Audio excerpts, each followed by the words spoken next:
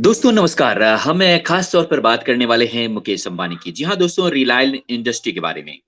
Reliance industry की कमान जल्द ही अगली पीढ़ी के हाथों में जाने वाली है। जी हाँ, हम इस पर खास चर्चा करने वाले हैं। और दोस्तों, अगर आगे बढ़ने से पहले हम आपसे ये कहेंगे कि अगर आपने हमारे चैनल को सब्सक्राइब नहीं किया है तो सब्सक्राइब कीजिए, नोटिफिकेशन बेल बजाइए ताकि ऐसी तत्कालिक खबरें आपको यहीं मिलेगी। दोस्तों, मुकेश अंबानी थोड़ी जल्दी में हैं। देश ही नहीं, दुनिया के सबसे अमीर इंसानों में शुमार मुकेश अंबानी चाहते हैं कि रिलायंस इंडस्ट्री की कमान अब जल्द से जल्द अगली पीढ़ी के हाथों में सौंप दी जाए। दोस्तों, ये कोई पहला मौका नहीं है जब मुकेश अंबानी ने कारोबारी विरासत या अपने सेक्शंस प्लान को कोई बात कही है। लेकिन जितना उन्होंने कहा है, यह समझने वाले के लिए काफी है। दोस्तों, हम आपको बता दें कि मुकेश अंबानी की उम्र अभी महज 64 साल के हैं, लेकिन ऐसा लगता है कि वे कारोबार और परिवार के बारे में गलतियां नहीं दोहराना चाहते, जो उनके पिता ने धीरूभाई अंबानी ने दोहराया था।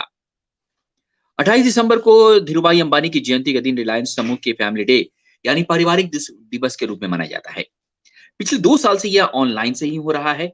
इसी आयोजन से मुकेश अंबानी ने कंपनी ने कारोबार और भविष्य पर बात करते हुए यह साफ साफ कह दिया कि रिलायंस अब एक बहुत बड़ा बदलाव चल रहा है रिलायंस में, जिसमें समूह का नेतृत्व उनकी पीढ़ी के बुजुर्गों के हाथों से निकलकर नई पीढ़ी के नौजवान नेतृत्व के हाथों में जा रहा है। उन्होंने कहा कि वे चाहते हैं कि यह काम और तेजी से हो। यही नहीं, उन्होंने यह भी कहा, मुकेश अंबानी ने साफ तौर से कहा है कि अब रिलायंस में संगठन के तौर पर एक ऐसी संस्कृति की जरूरत है जो किसी के होने या न होने के बावजूद चलती रहे। उन्होंने यह भी कहा कि उन्हें इस बात में कोई शक नहीं कि आकाश, ईसा और अनंत, जी हाँ, उनके बेटे और पुत्री हैं, क्षमा करेंगे, कंपनी को और नई ऊंचाई तक ले जाएंगे।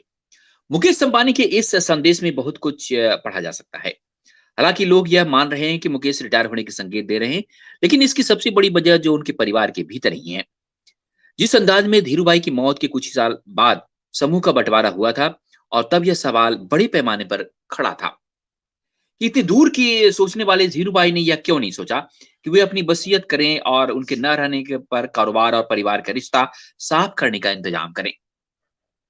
साफ है, अनिल अंबानी के साथ कारोबार के बंटवारे के वक्त तो उसके बाद भी मुकेश के दिमाग में यह बात रही होगी, किसी अनहोनी से दूर। जी हाँ, जिस प्रकार से अनहोनी स्थिति में फिर ना आ जाए, जिस प्रकार से पिछली बार 2006 में हुआ था, और काफी कुछ बंटवारे में बहुत दिन से अटका रहा। बाद में फिर बंटवारे जब हुए तो तेजी से शेयर मार्केट भी आगे बढ़ा।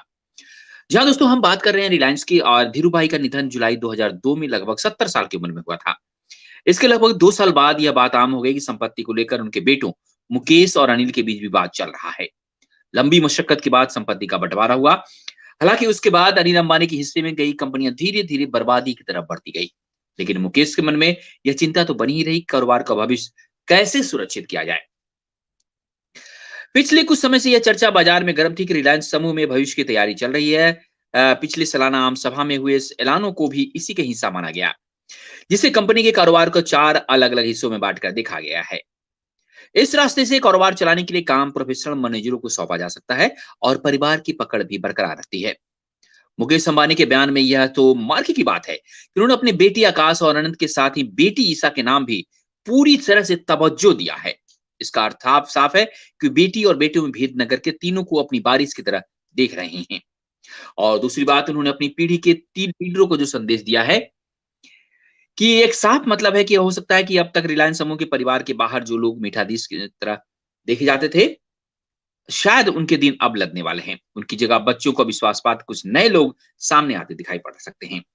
आगे क्या होगा, यह तभी पता चलेगा जब मुकेश अंबानी की इस योजना का पूरा खाका सामने आएगा। लेकिन रिलायंस के शेयर धारकों के लिए राहत की खबर है।